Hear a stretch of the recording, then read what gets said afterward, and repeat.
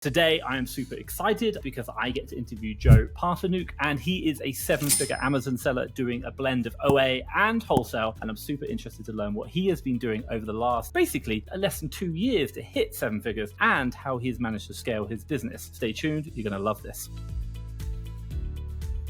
Joe, thank you so much for taking time out and, should we say, of your busy day to have this interview. If anyone doesn't know who you are, can you introduce yourself and tell us a little bit about who you are? Yeah, of course. Thank you so much for having me. So my name's Joe, Joe Parfanuk, Instagram, Twitter, YouTube. And I started this business. I was flipping books. So I was going to like thrift stores, Goodwills, garage sales, like all the traditional ways if you have like no capital whatsoever. So yeah, I found someone on Instagram. He said like you can flip books from eBay to Amazon or Amazon to Amazon, like just buying it like FBM to FBA. So there's a whole gap there. And that's how I got started. That's how I made my first $10,000. Like that was the profit from the first year that I made. And yeah, I started doing toys as well in Q4. So I was kind of just the beginner stuff, what every beginner does, books and toys. I didn't really diversify. I didn't know how to do arbitrage or what it really was, honestly. Technically, I was doing arbitrage, but not really at the scale way you're supposed to do it. So yeah, I was in grad school doing accounting, just doing the books and the toys on the side. And then I just decided to just got a little spontaneous and then took a chance on myself. I ended up dropping out of the program because I didn't want to do accounting.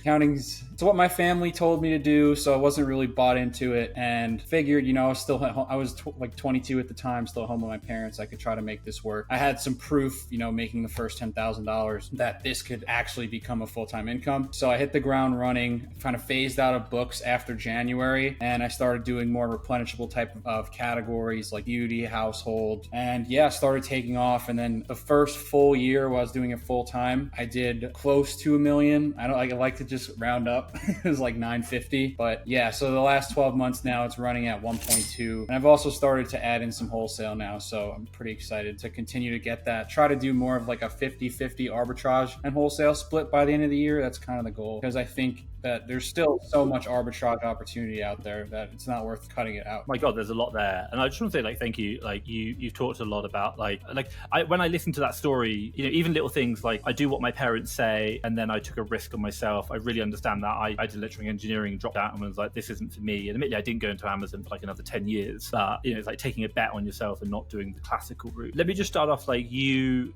said you were doing like eBay to Amazon. You started books. Why did you start that? Like, why that route? How did that come around? So it was kind of just the first person. I started getting into business, so I started seeing some business entrepreneurs on Instagram, and then I got a recommended For You page from this guy. His name's Jerry Liu. I don't know if you've ever heard of him, but he basically has this business model where he's running just eBay to Amazon, Amazon to Amazon, and it's just a very easy business for anyone to start with little money. I wasn't an entrepreneur as a kid. I didn't have money saved up. I didn't run businesses at all. I never had the lemonade stand. So I was starting with $1,000, and I was like, all right, let's just try to compound this to as much as possible. So it's very easy to start with books because you can flip it. You can buy a book for $50, sell it for $150, $100, and get a pretty solid return there. I was trying to make the most out of the capital. I wish I did transition more sooner though, because I probably could have really scaled a little faster, I think, because I only did about 10,000 in my first 6 months, 25,000 in the first 6 months, sorry. How much did you start with, can I ask, in book setting? Yeah, about $1,000 about. I mean, I was working a job as well in school, so I was kind of just throwing the money in that, just kind of reinvesting that. I took a no APR credit card and stuff too. I was doing just for some Q4 opportunities. So, but that's really common. Like the one thing people don't talk about in this industry is the fact that I started with $1,000, but but then I use other people's money, credit cards, to keep going, and we continue to do that. It isn't we start with $1,000 and we compound that all the way up to seven figures. It's a very different equation. How long did you do books for, can I ask, before you exited? So July to January of 2021, right into 2022. And so let me ask you the question, if someone's doing books right now and they're following that journey, you said, I wish I'd exited sooner. Can you define, reflecting back, what does that mean? As in specifically, what are the measurables that you would be said, oh, I wish when I was seeing this area, then I should have exited, but obviously you didn't, you carried on for a bit longer. I think once I started to compound that 1,000 into 3,000 to 4,000, then I could have really started running with arbitrage. Because I think people do say you can start with $4,000 with arbitrage. I do agree, but it's a little bit more difficult. If you do arbitrage with $3,000 to $4,000 or $5,000, you're going to really hit the ground running, because typically what you spend is like double you'll get revenue if you're buying profitable selling products. You know, if you spend $3,000, you'll hit like $6,000-7,000 in revenue or something like that. So let me ask you a question. Books, like if we talk about, like, if you're talking about doubling, so if we talk about ROI, doubling to me means an ROI of about 100%. When you're talking about books, are you making like 300-400%, but they're a lot harder to come by and the volume and speed's a lot slower? Is that why? Yeah, so that's as well. It's very time consuming to go to like thrift stores and stuff like that. Yeah, these garage sales and thrift stores, you'd get like I wouldn't take a book if it wasn't more than like 200% ROI in the garage sales and stuff like that. Online, it was a little different because, you know, it was easier to get. I'd probably take 100% and up, but there were flips where I was getting 200% ROI on these books. It's pretty crazy, because you're really what I was doing was, I don't know if you know the Keep a Deals tab. This is some free game if you're doing books. So the Keep a Deals tab, you can basically filter out by the price drop, like how much it's dropped. So you'd be almost like sniping deals, because there might be like some big sellers just trying to get rid of it, selling at FBM. So you could get a book for like $30, but let's say FBA it sells for 100 pretty consistently if you look at the graph. So that's usually what I was doing. Even when I was working, I was like doing a little bit of that on the side. Why wouldn't you? Oh my God, it's making you money, and obviously it helps you scale up. So you were getting like 200-300-400% ROI, but it was taking too much time, and then you carried on doing that for probably a little bit too long. But you said you'd wished about 3,000-4,000 capital you would have moved over to OA, and then you're saying kind of like you're getting double, 200 or 100% ROI in OA. So tell me about like the OA game. Like, why did you get into that? How did the transition come around? Yeah, I mean, usually everyone starts, so they saw flips from Miles and like Warner, those guys, like those are the guys that I really started and kind of just like was like, all right, I want to build a business like they did, because they were really growing, doing like 100K a month or close to that around when I really started to ramp up. So yeah, I saw them do it. I'm like, all right, I can definitely do the same thing that they're doing at scale. It's definitely possible. So it was kind of just seeing the proof of them doing it. And of course, it was like the hot buzzword kind of at the time too. So it was like, all right, I got to get into this eventually. And I know it was more scalable than just doing books. So did you completely finish books and go into OA, or did you did you blend? What happened? Here and there, I kind of had a little bit of like a itch to like go for it, but usually mostly maybe like 5% books by February. I just pretty much did stop buying in February, March completely. Wow. Okay, cool. And I asked that because obviously if you've got like the golden goose, which is making you money, there's an element of like, I don't want to let it go, but then you do want to transition them to bigger opportunities and see how they go. Yeah, well, it would be holding me back in a sense, because it's not exactly the most scalable method. There's only so many like deals out there with the Keepa deals and then the eBay deals. There's only so many you can find. Even the guy who sold me the course, like he's only doing like 20,000 revenue a month. So I didn't really see it as a very like scalable method, to get to 7 figures. Okay, so I just want to take a quick moment to say, if you are looking to grow your business, one of the things I can really recommend is getting some quality suppliers. This is one of the hardest parts of growing an Amazon business. Now, last year I did over 4 million, that's 3 million in the UK and 1 million in the US, and we've got our top 100 supplier list, UK and USA. Now, if you're interested, I'll drop a link in the description down below where you can download a free copy of them yourself. So have a look down below and get some good suppliers today, which are going to really help you out. So you went into OA, you did beauty and household. Why those two categories? Why not sneakers? Everyone does sneakers, man. I actually regret getting into sneakers. I got into it more in the return rates were just really bad. I didn't have a method for like dealing with removals and stuff like that. So I kind of just had a pile stacking up. And if you don't have like a method to like liquidate, if you aren't on top of it, it's easy for these boxes of shoes to just stack up and not pay attention to it when you're trying to really grow the business. So yeah, the return rates, I didn't understand how they really factored in margin wise. This was like my first business that really worked, so I didn't know anything about return rates and all that. But yeah, so why grocery and household? Or beauty and household. I did grocery. I don't know if I mentioned it in there. So I did those three kind of. Those are just like you can get. So like if you don't have a prep center, they're usually like the most ideal categories because you can get them for under $20, $30 like sales price, and they're the easiest to get ungated as well. You can go to Frontier Co-op and just get all three in one invoice and just get it ungated right away. So I got ungated for like $70 maybe. And yeah, I just thought grocery was the easiest to source starting out. Also, ungating in certain brands wasn't a problem because they pretty much, once you get the category ungated, all the brands are ungated for the most part in grocery. And yeah, beauty, very fast moving category. So I just kind of I was like, all right, these are really selling quick. Like, I'm just going to keep buying more of them. So yeah. And then household's the same way. It's very fast moving category as well. Why do you do 3 categories? Why not just focus on one? Like, you know, we were talking off air, we know a big seller who's doing like 10 million just on sneakers. So why spread yourself out? Why not niche down? I think, well, nowadays my category is mostly beauty and household. I think the two kind of just go together. You know, if I find another category, it's not like I'm not going to buy it with the team I have. Like,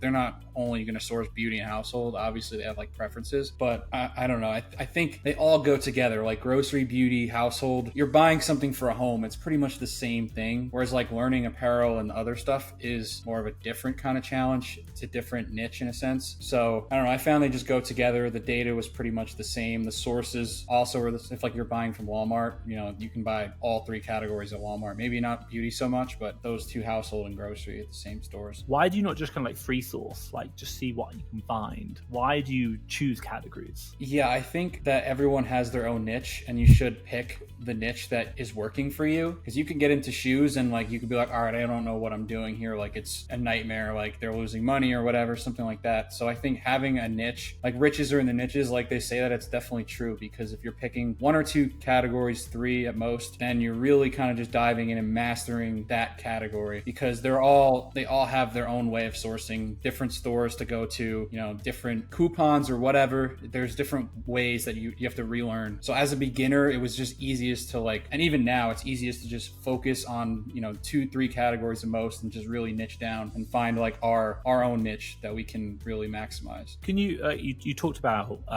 sneakers, we talked about that earlier on, you talked about like the return rate, and I'm guessing when we talk about niching down is about also understanding the pros and the cons of it. Like, are you able to share maybe in the sneaker category like some things that you learned, but also as well like the dangers, should we say, because a lot of people might be looking at that and going, wow, it looks great. So I've learned that shoes and apparel, they sell really fast, so it's easy to just like see that everyone goes like orange bars, you know, but what are your profits, those type of things. It's easy to just see your orange bars skyrocket with shoes and apparel, because it's a very, very fast moving category, especially with Nike, Adidas. Everyone's buying those brands on Amazon. So, and I kind of just fell into the buzzword too. Now I'm learning that the buzzword is not always the best way to go. Like everyone's talking apparel, oh, like I'm buying from Nike, stuff like that, this Nike sale. I started buying from them, and yeah, it was great for numbers like revenue, but I realized that the returns were playing an impact on my margins. So I ultimately ended up just dropping the category altogether. I know people say there's certain ways you can, like if you only focus on men's, it's a return rate's lower. I've just found it was easier to just scrap it out altogether than have to like really like train my VAs to like niche in one area, just men's or whatever, something like that. It was easier to just let go of it altogether. Yeah, I agree. I think even looking at like my own business where we took on like with our VAs and our team, you know, even like on the sneaker side is like everything looks good on the front end, and then you get killed on the returns, and the back end it's like, oh my god. And like, because it all looks really good, but you're like, in comparison to everything else it can, but then also as well, like, you know, like you got a high competitor, maybe it's not selling as fast, and then like gift cards, and it's just very competitive category. Yes, yeah, it gets really competitive, because you're seeing a ton of these guys come over who are flipping shoes on like StockX and stuff like that, and that's the first thing they're going to. So they might have deep pockets too, so they're going to stock heavy. Just a super competitive category, and I found a lot of tanking was going on, and then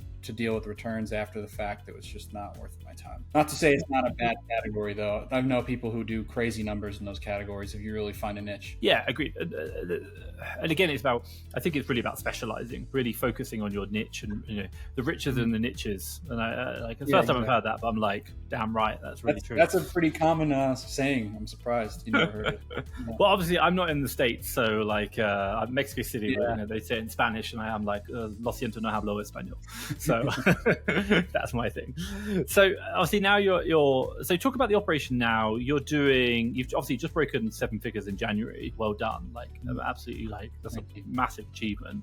Like what does the operation look like right now? Is it you? Are you still like doing it out of your basement? I don't know, like how does it go? Obviously you look like quite relaxed. Like, oh no, so everything I haven't touched except for like stuff that comes back. So I touched the removals. Well, I have the prep center handle my removals and they send it back to me. So that's the only time I'm ever touching a product. It's just going to, I have a prep center for wholesale and then a prep center for OA. Haven't touched a product in a long time. Prefer to keep it that way. I like the whole, you can travel wherever you want. You can still work. If you're in another state or another country, you can still get everything done while having a prep center to handle everything. So yeah, 2 prep centers. I had 4 VAs, just had to let one go, like we were talking about before on the call. That's the hardest part of the business, but yeah, I would like to get another one back and have it at 4. I think that's the good number to go with. 3 VAs, they're handling my admin tasks as well, but they're also sourcing. So most of their time honestly goes to sourcing. I don't really have too many like admin tasks to handle. It's not like a full-time job, So yeah, they're handling all the sourcing. I'm just reviewing the deals. I haven't made a purchaser yet. I'd like to maybe ask you about how you've really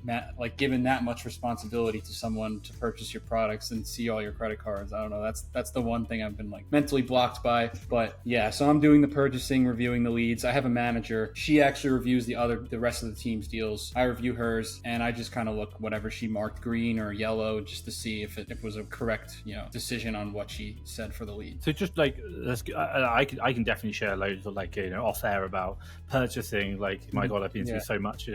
We were spending like 100,000 a week, I think, in the UK at one point. It's like I'm doing nothing because there's a lot of credit card going through, and even sometimes there was fraud when you get like $10,000 worth of fraud. It's like, oh my God.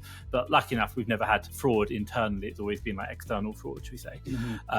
But in regards to you and your operation, like you had 4 VAs and obviously you got 3 now. You said they were doing some sourcing and admin. Like, is it kind of like, hey guys, can you just do it all, or are they separated to very clearly defined roles and responsibilities? What does the org structure look? I'm almost just like dishing tasks to them. So like I don't really have my manager do any of the admin stuff. She's pretty much the top of all of them. She oversees the other 2 to 3 that I've had. So yeah, she's just reviewing their leads, helping them out, training them. She handles all the training. I'm doing the hiring, but she's doing the training. She knows everything I know now at this point, so I completely trust her to do that. And yeah, so the other 2 now, I'll give them an admin task if one comes up, but it's mostly them just sourcing.